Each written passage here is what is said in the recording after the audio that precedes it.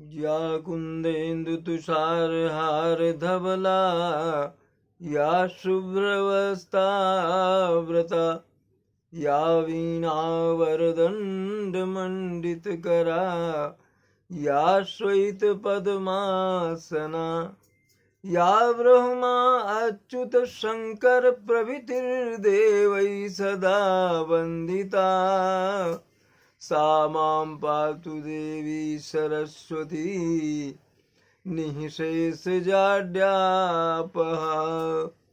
मनोजवं मारुततुल्यवेगं जितेन्द्रियं बुद्धिमतां वरिष्ठम् वातात्मजं वानरयूथमुख्यं श्रीरामदूतं शरणं प्रपद्ये। बड़ों को प्रणाम, छोटों को स्नेह और आशीष। मैं हूँ राजेश त्रिपाठी और आप देख रहे हैं मेरा चैनल धर्म दर्पण। अगर आपने अब तक इस चैनल को सब्सक्राइब नहीं किया तो कृपया इसे सब्सक्राइब कर लें, इसके वीडियो लाइक करें और शेयर करें ताकि धर्म का प्रसार हो, धर्म की बातें दूर दूर तक पहुँचे। जैसा कि आपको ज्ञात है, हम लोग रामायण की श्रृंखला कल से शुरू की है हम लोगों ने, उसी के क्रम में हम आगे बढ़ते हैं। यहाँ एक बताते चलें कि रामायण के पारायण का नियम ऐसा है कि आप दोहा में ही उसको समाप्त करेंगे, विराम देंगे उसको। तो और वो अगर दाएं पृष्ठ में हो तो बहुत ही उपयुक्त है, दोहे से ही विराम दिया जाता है और फिर अगले दिन दोहे से ही शुरू किया जाता है। तो मैं अब शुरू करता हूँ रामायण। सुनि समुझहि जन मुदित मन, मज्जहि अति अनुराग, लाहि चारि फल अछत तनु, साधु समाज प्रयाग। ये साधु और संतों के समाज रूपी जो प्रयाग है, तो इससे क्या होता है कि अगर इनके संपर्क में लोग आते हैं तो उनका मन प्रसन्न रहता है। मज्ज ही प्रयाग में जैसे स्नान करते हैं तो साधुओं की संगत ही प्रयाग स्नान के स्वरूप यहाँ बताइए गोस्वामी तुलसीदास जी ने। तो लहा ही चार फल, चार फल कौन है? धर्म अर्थ काम मोक्ष, चार फल उनको प्राप्त होते हैं। इस संत समाज रूपी प्रयागराज में अवगाहन करने या स्नान करने पर कहने का तात्पर्य यह है कि अगर आप उनकी संगति में आते हैं, उनके वचनों को सुनते हैं, उपदेश को सुनते हैं, तो जैसे आपने प्रयागराज में स्नान कर दिया, इतना पुण्य आपको मिलेगा और चार फल आपको मिलेंगे इस साधु समाज से संपर्क में आने से, इनके गुणानुवाद, इनके प्रवचनों को सुनने पर। मैं जन फल पेखिय तत्काला, मैं जन फल पेखिय तत्काला, काक होहि पिक बकहु मराला। ये जो संत समाज रूपी प्रयागराज है, इसमें स्नान करने अर्थात इनके वचनों को सुनने, इनके द्वारा दिया गया ज्ञान है उसको अपनाने में क्या होता है कि इसका तत्काल आप फल देख सकते हैं। पेखी माने पेक्षण, देखना। तो आप इसका फल तत्काल देख पाएंगे। क्या फल होता है इससे? काक हो ही पिक, कौआ जो है वो कोयल में बदल जाता है, और बकहु मराला, बगुला जो है वो राजहंस बन जाता है। ये है संत समाज रूपी प्रयागराज में अवगाहन करने, यानी उनके प्रवचनों, उनके वचनों को सुनने और मानने का फल। प्रयागराज से तुलना की गई है गोस्वामी जी ने संतों की। सुनिया चरज करे जन कोई, सत संगति महिमा नहीं जोई। इस बात को सुनकर कोई आश्चर्य मत करना कि भाई ऐसा कैसे हो सकता है, इसलिए कि सत्संगति, संतों की संगत की जो महिमा है वो किसी से छिपी नहीं है। सभी इस महिमा को जानते हैं। इसलिए आश्चर्य मत करना कि ऐसा हो जाएगा, कौवा कोयल और बगुला मराल हंस हो जाएगा। वाल्मीक नारद सट जीवी, निज निज मुखन कही निज होनी। वाल्मीकि नारद सट योनि और निज निज मुखन कही निज होनी। वाल्मीकि नारद जी और सट योनि अगस्त जी को कहते हैं। तो इन लोगों ने अपने अपने मुख से अपनी जो है वर्णना किया है, अपने जीवन का वृत्तांत कहा है, सुनाया है। कैसे कि, और आगे सुनिए, जल चर थल चर नभ चर नाना, जल चर थल चर नभ चर नाना, जे जड़ चेतन जीव जहाना। जलचर जल में रहने वाले जीव, थलचर जो थल पृथ्वी के इस पे रहते हैं, और नभचर नभ पे विचरण करने वाले माने पक्षी वगैरह। जे जड़ चेतन जीव जहान, इस संसार में जितने भी जड़, जड़ माने जो चैतन्य नहीं है, जिनमें चेतना नहीं है, और जो चेतन है, जितने जीव इस संसार में हैं, क्या है, मति कीरति गति भूति भलाई, जब जही जतन जहां जही पाई। उन्होंने जिस समय भी, जहां भी, जिस किसी इससे बुद्धि से, यत्न से, प्रयत्न से, कीर्ति अनुभूति जो है, विभूति जो है, वो जो इसको जब जिसने प्राप्त किया है, जब जही जतन जहां जो पाई, जिसने भी पाया है, तो क्या हुआ, सो जानब सतसंग प्रभाव, लोक कहूं वेद न जाने, लोक कहूं वेद न आन पाऊ। वो सभी लोग जिन्होंने किसी भी तरह से, किसी यत्न से इसको जाना है, तो वो सत्संग का जो प्रभाव है, सत्संग का क्या असर पड़ता है, वो जानते हैं। लोकहु वेद आन उपाय, और कोई दूसरा उपाय वेद में या किसी में नहीं है जिससे आप जान सकें इसको। आपने अनुभव किया है तभी आप जान पाएंगे सत्संगति के लाभ को। अब बिनु सत्संग विवेक न होई, और राम कृपा बिनु सुलभ न सोई। बिना संतों की संगति से ज्ञान नहीं प्राप्त होगा, और ये जो संतों की संगति है वो भी प्रभु की कृपा, रामचंद्र जी की कृपा, भगवान की कृपा से के बगैर ये आपको सत्संगति भी प्राप्त नहीं होती। सत्संगति आसानी से नहीं मिलती, प्रभु की कृपा होगी तभी संतों का संग आपको मिलेगा।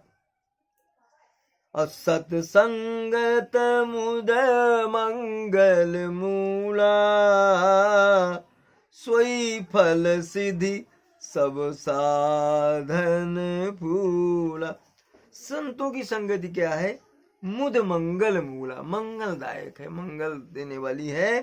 कैसी है कि सोई फल विधि से, सोई फल सिद्धि सब साधन फूला, और इसी फल से सारे साधन जो हैं वो संपन्न होते। संतों का जो आशीर्वाद का फल है, ये उनके प्रवचनों का जो सार है, उससे ही सारे संसार के जो फल हैं वो मिल सकते हैं। सठ सुधरहि सत संगति पाई, पारस परसी कुधात सुहाई। संतों की संगति पाकर, संतों के संग में आकर 60 दुष्ट लोग भी जो हैं उनकी भी मति सुधर जाती है, वो सज्जन हो जाते हैं, उनमें भी सुधार आ जाता है। किस तरह से, जैसे पारस को छूने से कुधात, लोहा जो है वो भी सोना बन जाता है। इस तरह की है संतों की संगति कि जो लोहे को सोना बना दे। विधि बस सुजन कुसंगत परही, और फणी मनि सम निज गुण अनुसरहि।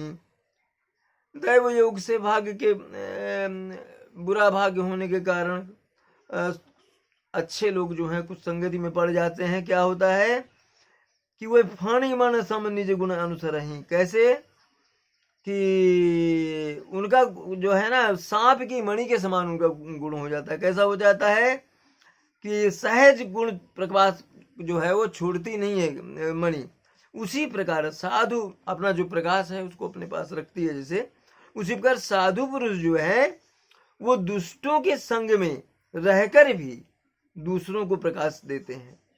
माने वो अपना गुण नहीं छोड़ेंगे प्रकाश देने का। ये विधि हरिहर कवि को विद्वानी, कहत साधु महिमा सकुचानी। ब्रह्मा जी, विष्णु जी, बड़े बड़े कवि और ये वो तक साधु की महिमा कहने में उन्होंने संकोच किया कि नहीं, हम नहीं कह पाएंगे, इतनी विराट उनकी महिमा है, इतनी महान है संत समाज साधु। सो मोसन कही जात न कैसे, साक बणिक मणिगुण गण, साक बणिक मणिगुण गण जैसे। अब तुलसीदास कह रहे हैं कि भाई जब वो नहीं कह सकते ब्रह्मा विष्णु और कवि कोविद, तो मैं कैसे कह सकता हूँ साधुओं की महिमा। अरे मेरे लिए तो यही हुआ कि जैसे साग सब्जी बेचने वाला कोई बनिक है और उससे आप कह रहे हैं कि भाई मणि का मूल्य क्या है, इसका मूल्य क्या है बता दो। ये तो उस तरह से हुआ। कहने का मतलब है कि वो कह रहे हैं कि मैं भी साधु की महिमा कहने, इतनी महान है उनकी महिमा कि मैं भी उनकी महिमा कहने में असमर्थ हूं। बंदं संत समान चित, हित अनहित नहीं कोई, अंजलिगत शुभ सुमन जिमि, सम सुगंध कर दोई। कहते हैं कि मैं संत समाज की वंदना करता हूं जो हित और अनहित सोचे बगैर सबका हित करते हैं, सबको अच्छे ज्ञान देते हैं। किस तरह से कि जैसे आपने अपने अंजलि में पुष्प लिए हों, सुगंधित पुष्प, तो वो ये नहीं देखते पुष्प की भाई ये बायां हाथ है, ये दायां, मैं दाएं को दे दूं सुगंध, बाएं को मत दूं। दोनों में समान रूप से सुगंध देते हैं। मतलब वो सज्जन और दुर्जन दोनों को जो है ज्ञान का उपदेश देते हैं, दोनों के हित की बात कहते हैं साधु संत सज्जन। संत सरल चित जगत हित, जानि स्वभाव सनेहु, बाल विनय सुनि करि कृपा, राम चरण रहती देहु। संत जो हैं वो सरल चित्त वाले होते हैं और जगत की हित की बात सोचते हैं, भले की बात सोचते हैं, और उनके स्वभाव और स्नेह को मैं जानता हूं, उनके प्रेम को। इसलिए मैं कह रहा हूं, तुलसीदास जी अपने लिए कह रहे हैं कि बाल विनय सुनि करि कृपा। ऐसे समझिए कि कोई बालक है, वो आपसे विनय कर रहा है, मुझ पर कृपा कीजिए और रामचंद्र जी के चरणों में मेरी प्रीति हो, मेरा प्रेम हो, ये है मुझ में ये भाव भर दीजिए। संतों से प्रार्थना कर दें, साधुओं से। बहुरी बंदी, ये देखिए कलयुग वाली वंदना, इसको बड़े ध्यान से सुनिए। बहुरी बंदी खलगन सती भाए, जे बिनु काज दाहिने बाएं। अब रामायण लिखना है तो खल भी आसपास हैं, दुष्ट भी, उनकी भी वंदना की गोस्वामी तुलसीदास जी ने कहा कि उनको भी मैं बड़े प्रेम भाव से वंदना उनकी करता हूं। कैसे, कौन है ये कि जे बिनु काज दाहिने बाएं। आपसे कोई काम नहीं उनका, मगर दाएं और बाएं से आपको परेशान करते रहेंगे और किसी भी तरह से आप बेचैन रहें, शांति से न रह पाए, ये कोशिश उनकी रहेगी खड़ों की। तो उनकी भी वंदना कर लिया कि भाई इनके बीच ही रह के लिखना है मुझे। कष्ट हुआ था उन्हें बहुत, काफी उनको परेशान किया गया था। जो तुलसी के जीवन वृत्त को जानते हैं वो समझेंगे कि बनारस में क्या क्या उनके साथ गुजरा और किस तरह से रामायण उन्होंने लिखी। शुरू अयोध्या से की, बनारस में कुछ लिखा, पूर्ण उन्होंने चित्रकूट में की। वो उस चित्रकूट वाले प्रसंग में बाद में जब आएंगे तो वो विस्तृत बताएंगे। और परहित हानि लाभ जिनके रे, उजरे हरस विषाद बसेरे। कैसे हैं ये खलजन? परहित हानि, किसी दूसरे का लाभ होता हो तो ये इनकी हानि है, और लाभ माने अगर किसी की हानि होती है तो इनका लाभ है, वो उसमें खुश होते हैं ये खलजन दुष्टजन। और उजरे हरस, अगर कोई किसी का घर उजड़ गया हो तो बहुत प्रसन्न होंगे। विषाद बसेरे, किसी का घर बस रहा हो तो इनको बहुत ही कष्ट होगा, बड़ा दुख होगा। ऐसे हैं ये, मन उनके गुण भी बताते जा रहे हैं कि इसलिए मैं इन्हें प्रणाम कर रहा हूं। हरिहर जस राकेश राहुते, और पर आकाज भट सहस्त्र बाहु से। हरिहर जस राकेश राहुते, हरि और हर माने विष्णु और शिव के अगर उनका जस गान हो रहा हो, समझिए कि वो पूर्णिमा के चंद्रमा है उनका यश गान, और उसके लिए ये राहु बन जाएंगे। माने ईश्वर से इनका कोई स्नेह कोई नेह नहीं है।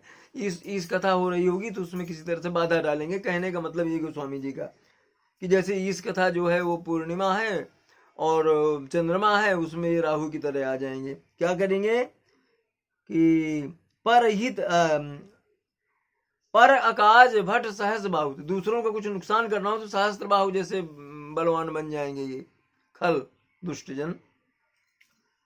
जे पर दोष लखहि सहसाखी, परहित ग्रत जिनके मन माखी।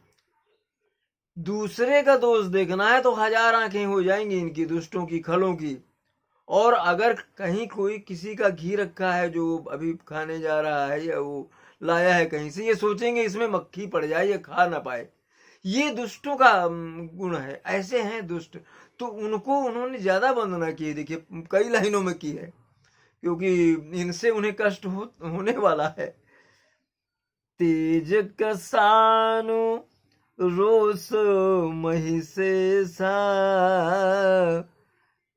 अब आघ अवगुण धन धनी सने धनेसा। कैसे हैं ये? दूसरों को जलाने वाले ताप की तरह हैं। और क्या है? तेज किसान रोष सही से सा, क्रोधी हैं, यमराज के समान क्रोधी हैं।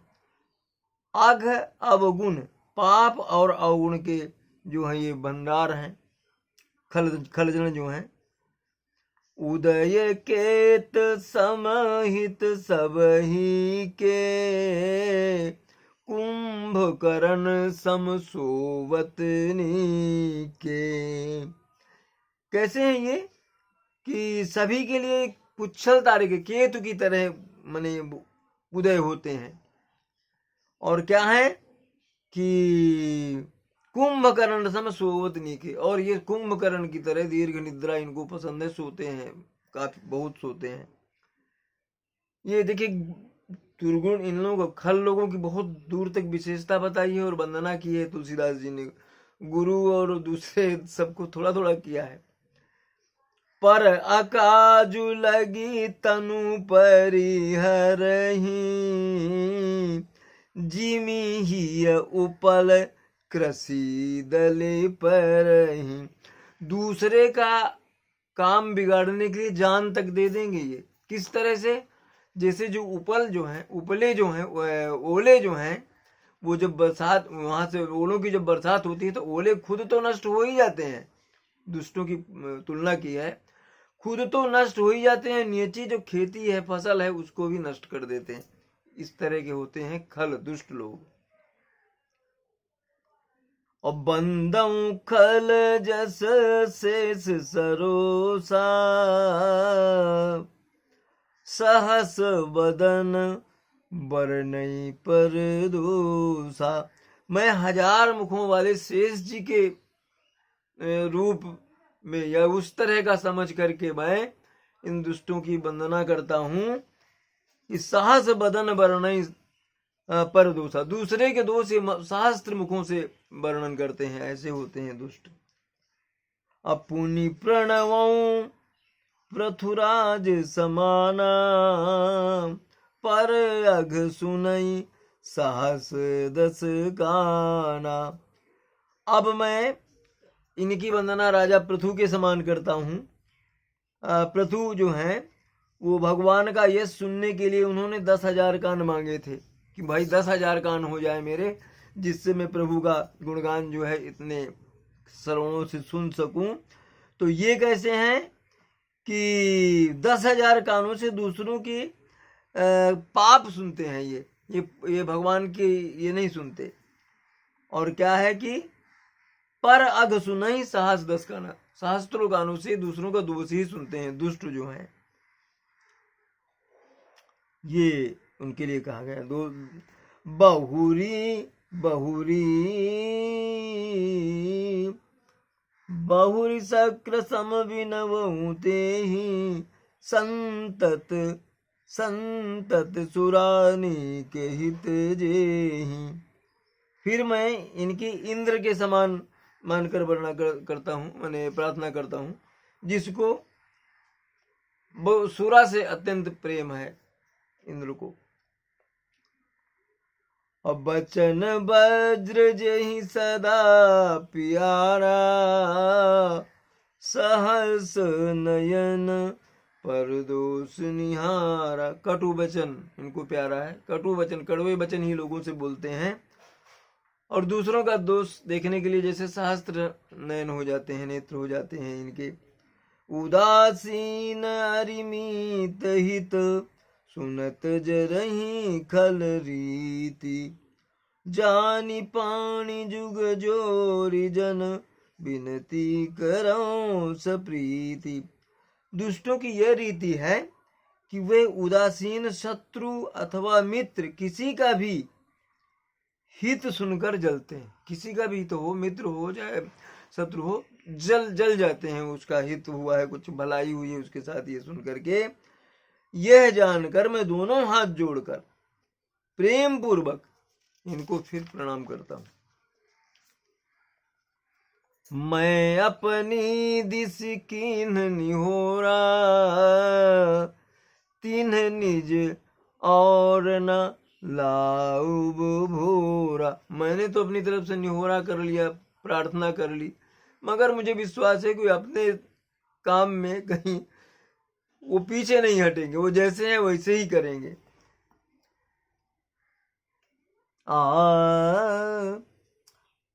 बायस पली हहीं अति अनुरागा, हो ही निरामिस कबहू की कागा। पायस पाली अति अनुरागा, हो ही निरामिस कबहू की कागा। तुलसीदास दुष्टों की तुलना करते हैं कि ये उसी तरह है कि चाहे आप खीर खिला करके कौवे को पालिए, मगर वो मांस थोड़े छोड़ देगा। मांस के प्रति ही उसका ये रहेगा और भागेगा वहाँ। दुष्टों की मैंने चित्र बताया उन्होंने। बंदहु संत असज्जन चरणा, दुख प्रद उभय बीच कछु वरना। मैं संत और असंत दोनों की चरणा की वंदना करता हूँ। दोनों दुख देने वाले हैं, मगर इसमें अंतर है, कुछ फर्क है, भेद है। क्या भेद है कि बिछुरत एक प्राण हरि लेहि, और मीठ मिलत एक दुख दारुण देहि। एक जो है उनका बिछुड़ना प्राण जाने जैसा दुख देता है, ये कौन है? संत। और एक है उनके मिलते ही लगता है कि जैसे अब मन दुखों की आप पर एकदम बौछार लगा देंगे, वो दुष्ट है। संत का संग जब छूटता है तब दुख होता है, दुष्ट का संग जब होता है तो माने दुख होता है, दुखों की झड़ी लग जाती है। ये अंतर उन्होंने दिखाया संत और असंत के बिछुड़ने का। उपजहि एक संग जग माही, जल जे जोंक सजिमी गुण बिल गाही।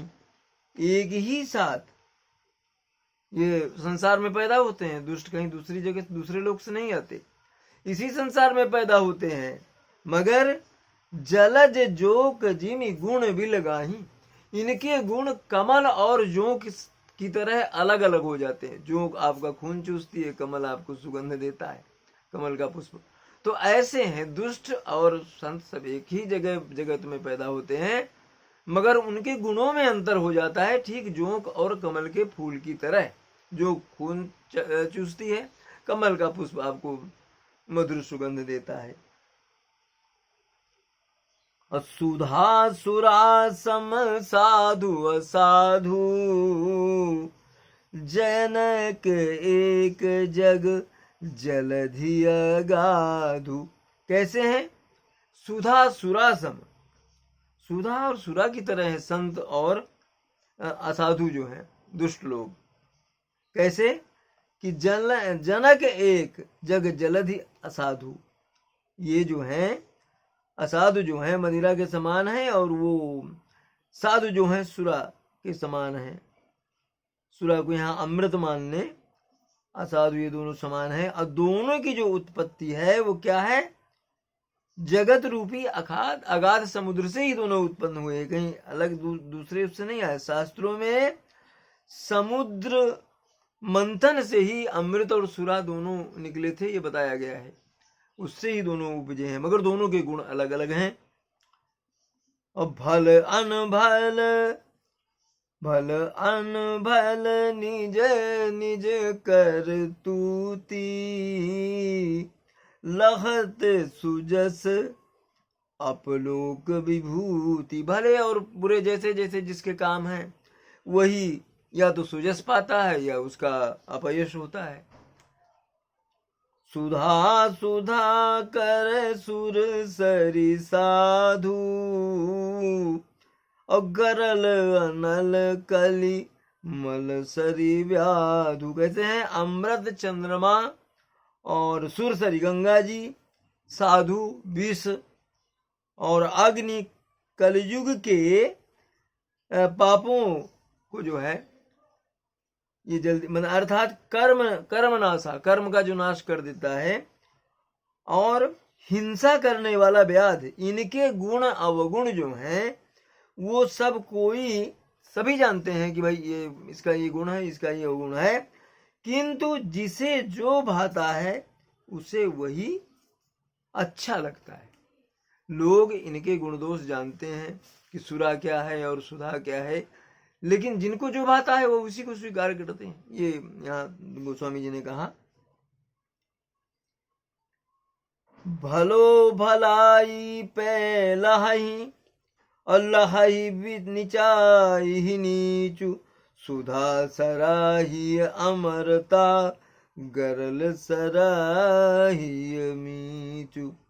भले भलाई पहले, भले लोग जो हैं वो भले के साथ ही रहेंगे, उसी की प्रशंसा करेंगे। और लहा ही नीचाई ही नीच, जो नीच है वो नीच गुण ही होगा, नीचता की ही प्रशंसा करेगा, उसके साथ ही चलेगा। किस तरह से? सुधा सराही अमरता, सुधा अमृत जो है वो अमृत देता है, इसके लिए उसकी प्रशंसा होती है। और गरल सराही मीच, विष जो है वो मृत्यु को देता है, उसका काम मृत्यु देना है, और सुधा जो है अमृत जो है उसका काम अमृत देना है। तो ये अलग अलग चीजें अपने गुण धर्म के अनुसार हैं, अलग अलग ही उनकी सराहना या निंदा होती है। खल खल अघ अगुण साधु गुण गाहा, उभय अपार उदधि अवगाहा। अब दुष्टों के पाप और अवगुण जो हैं वो, और साधु की गुणों की कथाएं, ये जो हैं दोनों ही क्या हैं? अपार हैं, बहुत है। माने दुष्टों की कथाओं की भी अंत नहीं है, साधुओं को तो कहना क्या, ये अगाध समुद्र की तरह है ये। अब इसी से तेहि ते कछु गुण दोष बखाने, संग्रह त्याग न बिनु पहचाने। इसीलिए मैंने इनके कुछ गुण दोष बताए दुष्टों के और साधुओं के, मगर क्या है कि बिना पहचाने, उनको पहचाने बगैर आप ग्रहण या त्याग नहीं कर सकते। पहचाने के तभी न जानेंगे ये दुष्ट है, इससे दूर रहो, ये साधु है, इसकी वचन सुनो, इसके साथ चलो। भलेऊ सोच सब विधि उपजाए, भलेऊ पोच सब विधि उपजाए, ओ गणि गुण दोष वेद बिल गाए। अब अच्छे और बुरे तो सब तो विधाता ने ही पैदा किए हैं। अब इसमें क्या है कि इनके गुण दोष देख करके इनको अलग किया जा सकता है कि ये भाई दुष्ट हैं, ये सज्जन हैं। कहीं वेद इतिहास पुराना, विधि प्रपंच गुण अवगुण माना। वेद और पुराण जो है, इतिहास पुराण, वेद वो ब्रह्मा की सृष्टि के गुण और अवगुणों के बारे में बताते हैं कि भाई ये गुण है, ये अवगुण है।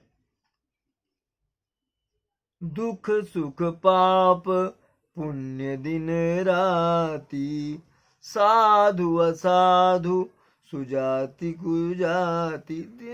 सुख दुख रात दिन लगा हुआ है, कुछ इसमें साधु हैं, कुछ असाधु हैं, सुजात कुजात सभी इसमें है सृष्टि में। दानव देव ऊंचे अरु नीचू, अमीय सुजीवन माहुर मीचू। इसमें दानव हैं, देव हैं, ऊंचे नीचे भी लोग हैं, उच्च वर्ण है, निम्न वर्ण के हैं। आमीय सुजीवन माहुर मीचू, संजीवनी देने वाला, अमृत देने वाला अमीय है, अमृत भी है, और माहुर यानी विष भी है जो मृत्यु देता है। सृष्टि में ये जो जगत की सृष्टि है जागतिक, और माया ब्रह्म जीव जगदीशा, लक्ष्य अलक्ष्य रंक अवनीशा। क्या है कि माया ब्रह्म और जीव ईश्वर, ये जो चीजें हैं, संपत्ति दरिद्रता, कोई रंक है, कोई राजा है, और अकाशी मग सुर सरी क्रमनासा, मरु मारव महिदेव गवास। क्या है ये कि कुछ काशी के राजा हैं, कुछ कोई रंक है, कोई राजा है, कहीं काशी है, कहीं मगध है, गंगा है, कर्मनाशा नदी है, जो जहाँ कहते हैं आपके किए हुए सारे कर्मों का नाश हो जाता है अगर उसमें स्नान करते हैं। और तमाम जो क्षेत्र है, मारवाड़, मालवा और ब्राह्मण और बधिक जो है, कसाई, स्वर्ग नरक, सब कुछ सृष्टि के अंदर ही है। अनुराग है, वैराग्य है, ये सारी चीजें यहाँ पर हैं। ये कहा जा रहा है कि ये सब ब्रह्मा की सृष्टि में है। स्वर्ग है, नरक है, सर्ग नरक अनुराग विरागा, निगमागम गुण दोष विभागा। इसी तरह से इसमें गुण और दोष किए गए हैं, निगम और आगम के सूत्रों के और उनकी मान्यता के अनुसार। जड़ चेतन गुण दोषमय विश्व कीन करतार, संत हंस गुण गहि पय और परिहरि बारी विकार। जड़ चेतन का गुण दोष से भरा हुआ ये सृष्टि है, जगत है, यही करतार ने ये विश्व बनाया है इस तरह से। अब क्या है उसमें, संत हंस गुण गहि पय। इसमें संत कैसे हैं कि वो हंस की तरह के हैं, कि दूध और पानी को आपने मिला दिया है अगर, तो संत जो हैं वो गुण उसके गह लेंगे, ले लेंगे, माने दूध को ले लेंगे, दूध का अंश। परिहरि वारि विकार, वो जल जो उसका दोष है दूध का, उसको उसका परित्याग कर देंगे, दूध उससे निकाल लेंगे। क्षीर नीर विवेक जिसको कहते हैं, यही है कि संत ऐसे हैं, उससे गुण निकाल लेंगे। अस विवेक जब देई विधाता, तब तजी दोष गुण ही मनुराता। ब्रह्मा जी जब ऐसा आपको ज्ञान प्रदान कर देते हैं, तभी आप दोष को छोड़ करके गुणों के साथ जुड़ जाते हैं, गुणों के प्रति आपकी प्रवृत्ति हो जाती है। काल स्वभाव कर्म बरियाई, भले प्रकृति बस चुकई भलाई। काल स्वभाव और कर्म की जो प्रबलता है उसके चलते क्या होता है कि साधु भी माया के बस में पड़ जाते हैं। कभी कभी ऐसा हुआ है, और कभी कभी वो भलाई से विलग हो जाते हैं, भलाई से चूक जाते हैं। वो ये माया के चलते। माया महा ठगनी हम जानी, ये कहते हैं माया बहुत प्रबल है। माया कहीं से कुछ भी करा सकती है, साधु को भी असाधु बना सकती है। काल स्वभाव कर्म बरियाई, भले प्रकृति बस चुकई भलाई। काल और स्वभाव के चलते अच्छे व्यक्ति भी जो हैं उनकी जो भलाई है वो कभी कभी खत्म हो जाती है, समाप्त हो जाती है। सो सुधारी हरिजन जिमिले ही, अदली दुख दोष विमल जसु देही। तो भगवान के जो भक्त हैं वो इस भूल को सुधार लेते हैं और दुख और दोषों को हटाकर वो फिर प्रभु के इसमें और अच्छाई से लीन हो जाते हैं। खलऊ करही भल पाई सुसंगु, मिटई न मलिन स्वभाव भंगु। दुष्ट लोग भी अच्छी संगति पाकर सुधर जाते हैं, अच्छा काम करने लगते हैं, लेकिन उनके मन में जो मलिन एक गंदा जो स्वभाव है उनका, वो उनको छोड़ता नहीं है, उससे वो मुक्त नहीं हो पाते। लखी सुबेश जन बंचक जेऊ, लखी सुबेश जग बंचक जेऊ, वेश प्रवा प्रताप पूजिए ही देव। जो वेश तो धरे हैं सज्जन का मगर ठग हैं। तो होता क्या है कि उनको लोग अच्छा मानते हैं, साधु मान लेते हैं उनके वेश के चलते, और वो भी पूजे जाते हैं उस वेश के। अरे भाई साधु का बाना है, सज्जन व्यक्ति हैं। उघरहि अंत न, उघरहि अंत न होई निबाहु, काल नेमि जिमि रावण राहु। लेकिन जब इनका भेद खुल जाता है तो फिर इनकी कोई रक्षा नहीं होती। किनकी? साधु वेश बनाकर जो दुष्ट हैं, बाना जो पहना है उन्होंने, जो चोला डाला है उसके चलते पूज जाते हैं, मगर उनकी दुष्टता छिपती नहीं है। और जब ये दुष्टता सामने आती है और स्पष्ट होती है तो क्या होता है, उनका हाल वही होता है जो काले नेमी और रावण का हुआ था। दोनों ने दुख पाया था। रावण जब साधु वेश में छलने गया, सीता को उनका अपहरण करने गया, अंततः उसी के चलते उसकी मृत्यु हुई। काली नेमी भी इसी तरह मारा गया। छल भेष बना के बैठा था तो उसको हनुमान जी ने जो है उसको समाप्त कर दिया। उसको कियहु कुबेशु साधु सन्मानु, जिमी जग जाम वंत हनुमानु। भले ही आपका वेश सुंदर ना हो, आप कुवेश हो आपका, मगर आप साधु हैं, सज्जन हैं, तो आपका सम्मान होता है। कैसे? जैसे जामवंत और हनुमान, दोनों के तो शरीर एक बानर और एक वृक्ष थे, मगर उनको सम्मान मिला, पूजे गए वो। हानि कुसंग सुसंगति लाहू, लोकहु वेद विदित सब काहू। पूरे संसार में सबको ये पता है कि आप बुरे लोगों के साथ रहेंगे तो दुख मिलेगा, अच्छी संगति में रहेंगे तो सुख मिलेगा, ज्ञान मिलेगा। ये सबको विदित है, सब जानते हैं। गगन चढ़ई रज पवन प्रसंगा, की चही मिलई नीच जल संगा। धूल जो है हवा के संपर्क में आकर आसमान में उड़ जाती है, मगर वही जब जल के संपर्क में ऊपर आती है, वो बरसात होती है, वर्षा होती है, तो नीचे कीचड़ बन जाती है वो धूल। साधु असाधु सदन सुख सारी, सुमिरहि राम देहि गनि गारी। साधु के घर में अगर तोता मैना पाल रखे हैं साधु ने तो राम राम करेंगे, और असाधु के घर में है तो गाली देंगे, क्योंकि जैसा उसका मालिक जो जिस तरह के अपशब्द प्रयोग करता है वही ये करेंगे। और ये तो आठों याम राम राम, यहाँ पर तो वो तोता भी राम राम ही सीखेगा। ये संगत का प्रभाव।